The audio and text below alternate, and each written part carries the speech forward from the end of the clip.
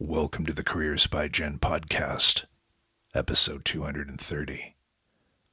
Today on the podcast, Jen interviews Michele Molitor on the subject of being enough. Apparently, some people struggle with feeling like they are not enough. Personally, I don't have that problem. My problem is being too much. By about 25 pounds. You're listening to the Careers by Jen podcast. I'm your host, Jen Swanson. This is the podcast that helps you to get the job, love your work, and advance your career. Careers by Jen is a listener-sponsored podcast, and if you like the content, please consider supporting the show as a patron. You can do so for as little as $1 a month. Head over to careersbyjen.com and click on support to learn more.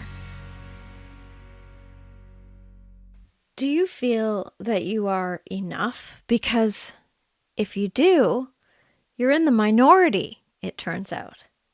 Welcome to the show. And before we jump into this topic today, I want to say thank you for being here. And thank you to those of you who have been emailing me lately and leaving me show suggestions and ordering my book that's on sale right now. It's been lovely to hear from you from all over the place. Some of you from as close as our Canadian prairies to as far away as India. And I'm really, and many places in between. So I appreciate you reaching out and saying hello. And I also appreciate you spending your time here with me today because I know time is valuable. I have lots of exciting guests coming up here on the podcast, and today's guest is no exception. Michele Molitor is a speaker, an executive coach, a rapid transformation therapist, and the CEO of Nectar Consulting, Inc. She's also the co-author of the book Breakthrough Healing. And I began our conversation by asking Michele what the most common reason is for people to not feel like they are enough. Oh gosh, that's a great question, Jen. We all have our life experiences along the way that inform us and guide us and teach us how to be, quote, safe in the world.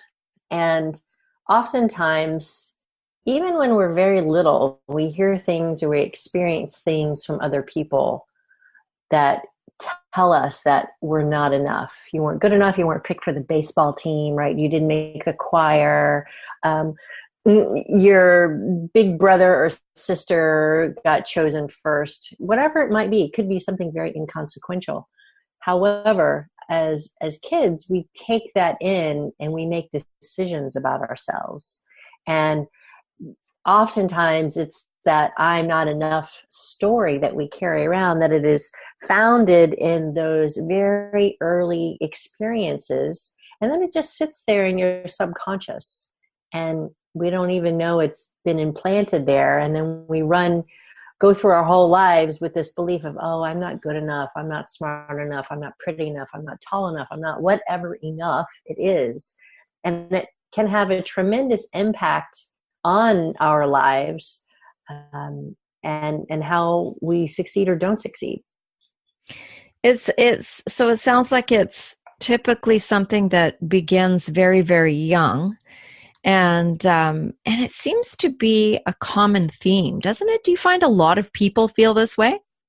Oh, absolutely. I've worked with thousands of people around the planet over the last 18 years. I've been a coach and hypnotherapist, and I would say it is the common thread that many, many people have. Feeling not enough, feeling different, feeling like X is not available to me. Love is not available. Money is not available. Success is not available to me. Those are probably the three most common things that I see or experience. I remember when I was a new parent, I remember deliberately not getting cable television, and we've never had it. We still don't have it. And part of my motivation was the advertising that seemed to proliferate that sentiment that you will be enough when you get X, or when you buy this, Yes. or when you wear this, or when it showed scenes of popularity and all this great stuff happening to you. If you only had X, then you would be enough.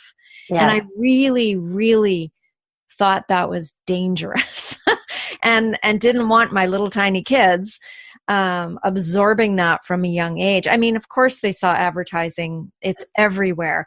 But to me, I actually wrote a paper about it. To me, that was a big part of that story that we get, that we absorb when we're tiny. Absolutely. I applaud you for doing that, for, stepping outside of what's, quote, normal. Everybody has cable TV, right? But, no, you're absolutely right. Up until the age of about 7 years old, our brains are, in full development mode, and they're just sponges. They just take in information. There's no discernment that's happening. That's good, that's bad, that's right or wrong necessarily. Your brain just takes it in. And our society today really proliferates that, particularly now with social media, right? It's a popularity contest. And so it's no surprise that, suicide and depression are all on the rise, because of everyone's trying to live up to this inflated, imagined standard that really doesn't exist. If you boil us all down, we're all just human beings, and we all have our flaws and our foibles, right? And it's that constant striving to be something out there. Someday I'm going to get there, to whatever there is that somebody else said is the place I'm supposed to be, or look, or feel, or act like, right? And so it continues this belief of, oh, I'm not something enough until I get X, Y, or Z. Yeah, it's fascinating to me to see the difference. We have 4 kids, and the first 2 had no social media. That wasn't a thing. The internet barely existed. Mm-hmm. And the next 2, they're on their social media all the time, and it's one of them is graduating high school this year, the last one, and it's already conversations about the dress on social media, and conversations about, so it's a whole new thing that I think we're still wading through to try and figure out. And there's wonderful things about social media. I use it all the time. And I love it, but there's a lot of damage as well, because this not being enough is exponentially, there's an impact that we didn't have 15, 20 years ago. Yeah, absolutely. Absolutely. And it's insidious, because it really weaves into everything that we do, and how we show up. And we oftentimes don't even know there's that belief that's in there. I've been a coach. I've been through all sorts of, literally thousands of hours of coach training, human development, organizational development training, all these kinds of things. And it wasn't until I discovered the work of Marissa Peer, who's a world-renowned therapist, that I realized, oh, I'd been carrying around this underlying belief of I'm not really enough. It was, for me, it showed up in a lack of confidence, and it was something that I had been chasing after for many years. And so through her work called Rapid Transformational Therapy, I literally was able to shift that belief in myself within a matter of weeks. And so when she started training people in her methodology, I immediately was a yes, and have gone on to become trained and certified, and have incorporated this work, RTT for short, into my coaching practice. And it's really profound, because it enables me to help get at those underlying beliefs that people carry around, that you didn't even know that you were carrying them sometimes. So I'm wanting to ask about that, but also to ask about that in the context of career. What can the belief of not being enough, how can that affect somebody in their career path? Well, I'll give you a great example. because this is what happened to me. In my former career, I was a creative director in web development, and I had been moved from Atlanta to the San Francisco Bay Area at the height of the dot-com boom. And it was very exciting. And I was paddling really hard under the water to act as if I had it all together and I knew all the answers. And the truth was I didn't. I had this underlying belief, I'm not good enough. I don't know enough. I'm not there yet. And I have to maintain this facade that I do have my stuff together, right? And it was challenging, and it was a very stressful time for me. And then on top of that, I essentially got bullied out of my position by two guys on my team, who didn't like having a woman for a boss, who had very large egos, and they essentially took me out at the knees. And through their words, through their actions, I ended up getting laid off. And that only exacerbated my I'm not enoughness, right? It was the confirmation of the belief that I had underneath the layers that I didn't know that I had. And it was devastating to me. It shattered my confidence, and it really left me dazed and bewildered of what to do next. And so I discovered coaching at that point to help me figure out what to do next, and discovered my true passion and purpose. So I changed careers, and I've been coaching executives and entrepreneurs ever since. And through that process, I realized that my confidence had been taken out, and that I was worried, very fearful of being judged, very fearful of not knowing all the answers. I literally started my own company because that was easier than handing my resume to somebody. I kid you not. Yeah, I was literally petrified of putting myself back out on the market for fear of being decimated again. And so I'll just start my own company. Sure, why not? And I've been figuring it out ever since. And so through all my years of coaching, it really has been not only my joy to be of service to others, but also my own personal quest to figure out, how do I get out of my own way? How do I regain my confidence? How do I become the best version of myself? Because when I'm the best version of me, I'm the very best coach that I can be, right? Fill in the blank of whatever your career is. And so I'm an avid reader and book junkie, learning junkie, right? And have read gobs and gobs of brilliant work by people around the planet as to what crafts that sense of confidence, that sense of being enough. And what I've learned is that ultimately it comes back to ourselves. It's so simple, but yet so difficult. By simply telling yourself, I am enough. I am enough. I am enough. I always have been enough. I always will be enough. Rinse, repeat. Make it your mantra. Say it to yourself. Sing it to yourself in your head out loud every day throughout the day until it sinks in at that deeper subconscious level. And one day you wake up and you go, oh yeah, I am. And there's a different level of peace and calm. It's hard to describe, Jen, but it truly, it's like a light bulb goes off like that. And you're just like, oh, okay, I get it now. Right.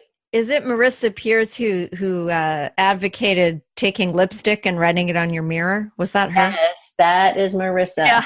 Yeah. She's a big fan of the lipstick on the mirror. And it works. Write it on your mirror, put it on your phone, put it on your computer, stick it in your wallet, wherever you need to remind yourself. Put it up on the wall, wherever you need to remind yourself each and every day, like, oh yeah, I am enough.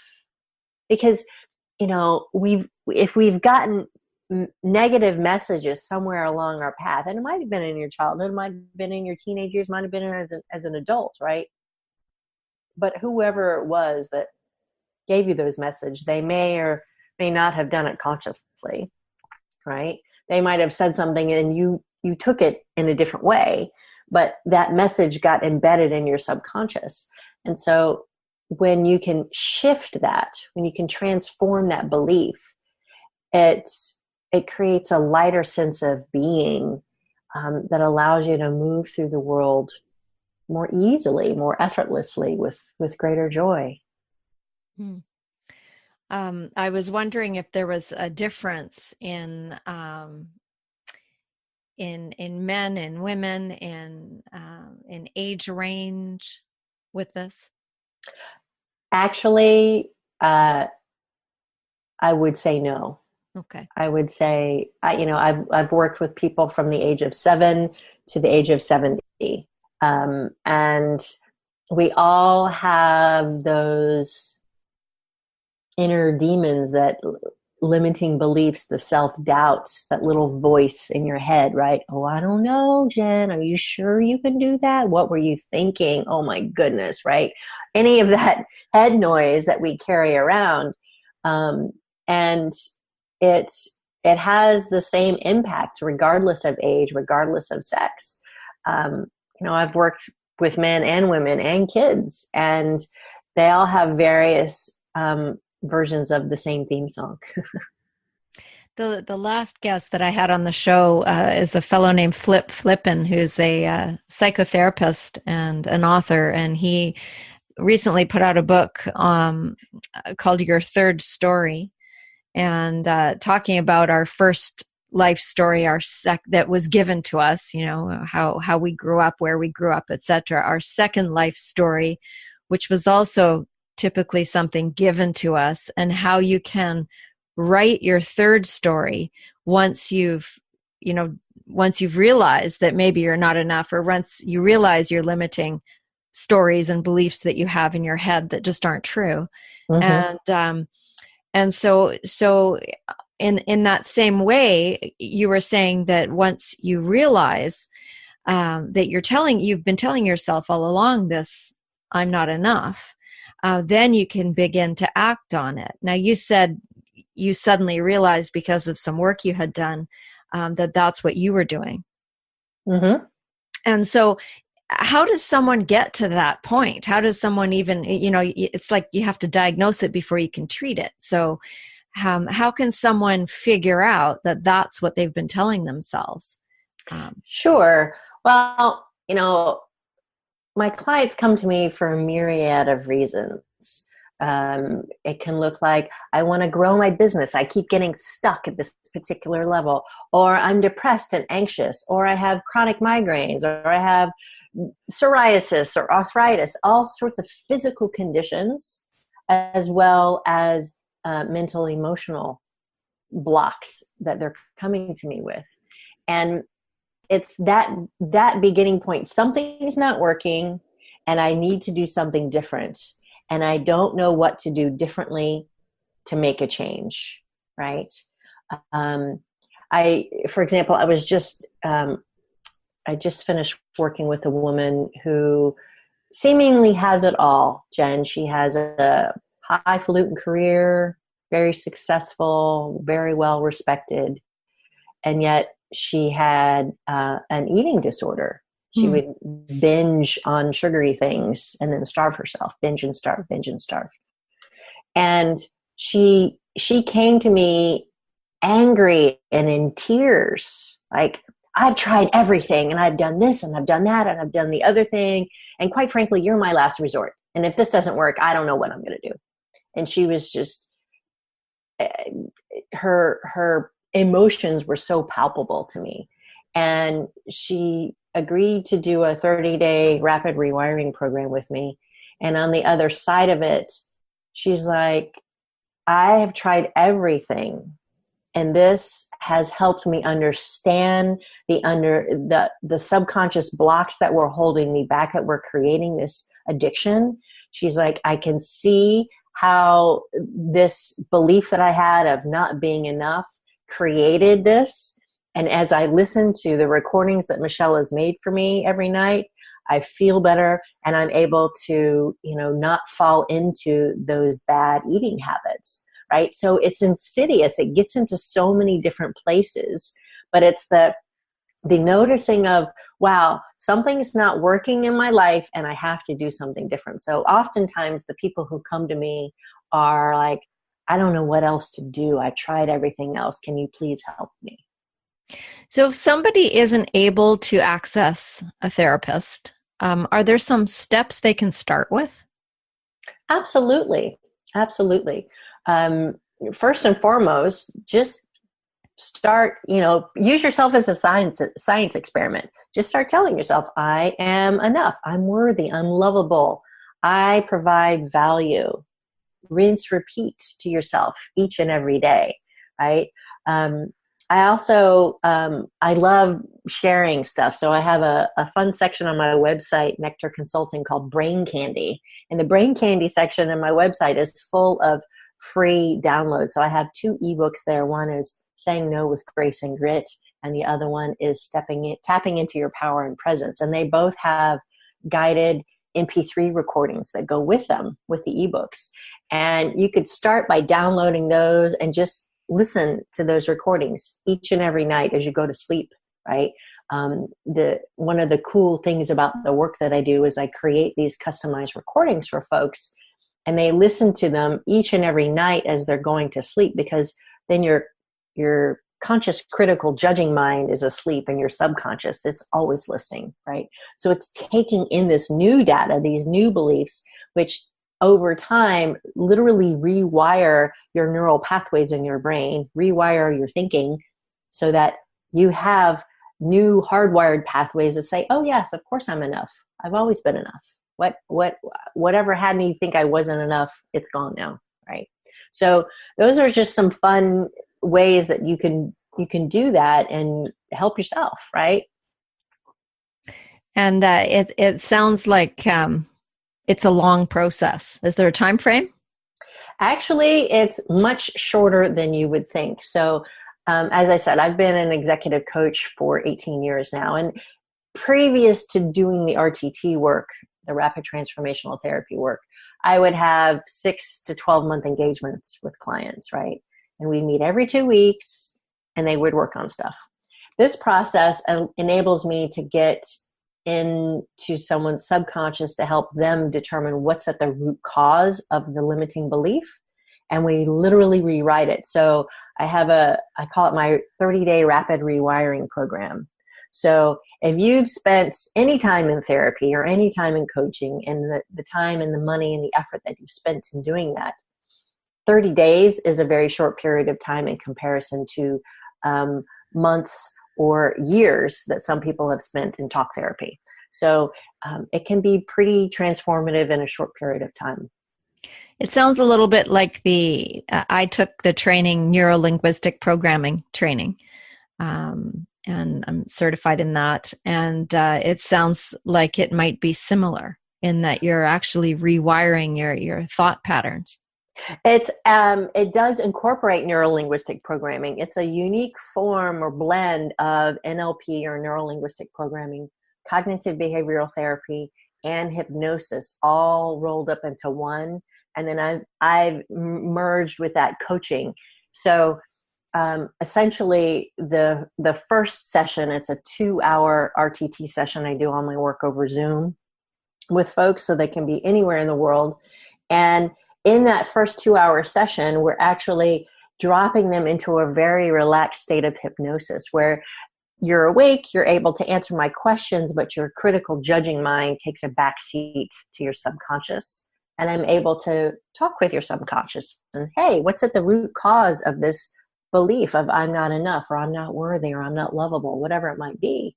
And your subconscious, which remembers everything, will bubble up to the surface just the right data points that you need to help you connect the dots as to how you acquired that belief.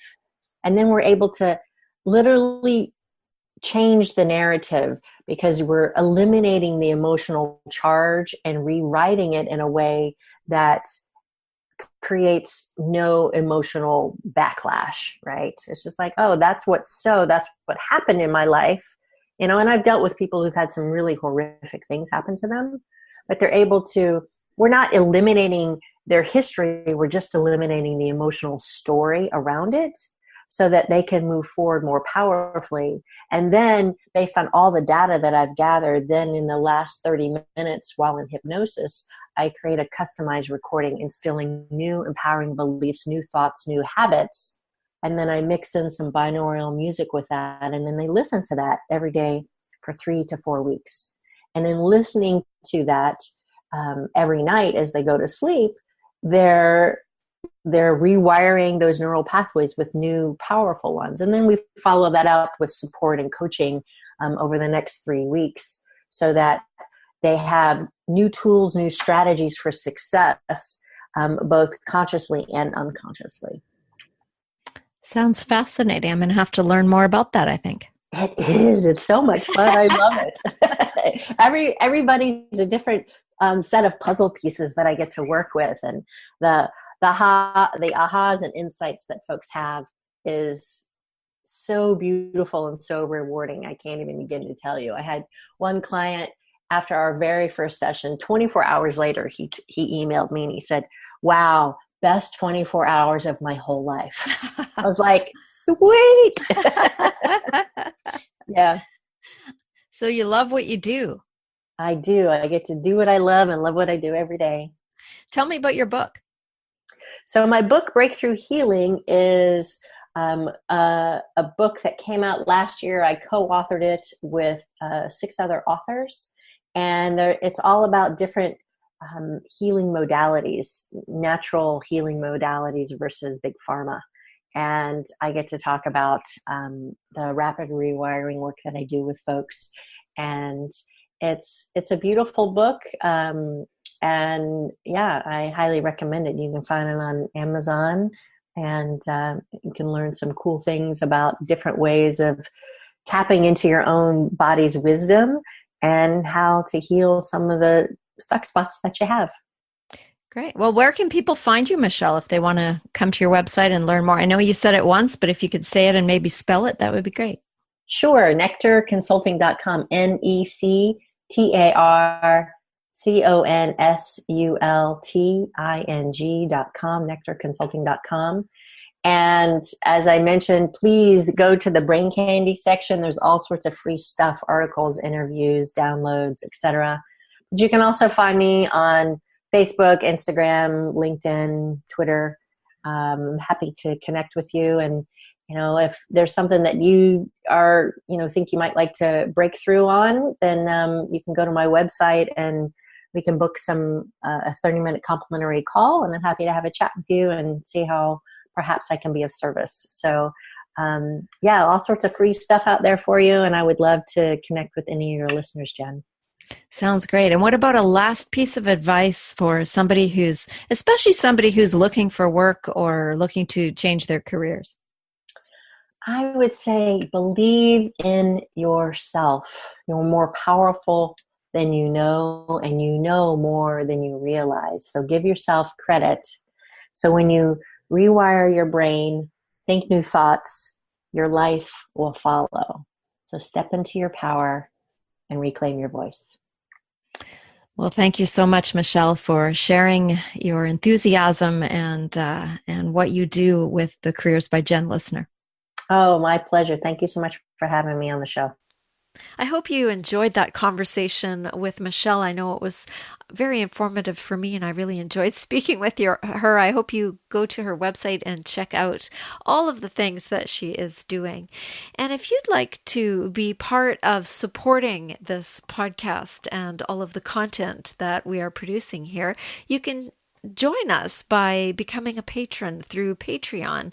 You can do that by coming over to careersbyjen.com, and for as little as $1 a month, you can help us to continue to put out the kind of content that we've been putting out for a number of years now, and that would be really appreciated. So thank you so much, and until next time, this is Jen. You've been listening to Careers by Jen with Jen Swanson. If you like what you heard, please share this. If every single person listening today shared this episode with just one friend, our audience would be twice as big just like that. And the more people we can help with our content, the better. So help out a friend, and help grow our audience by sharing this show with someone you know who would benefit from the content. If you haven't subscribed yet, please do that, and together we can make a difference. Until next time, take good care.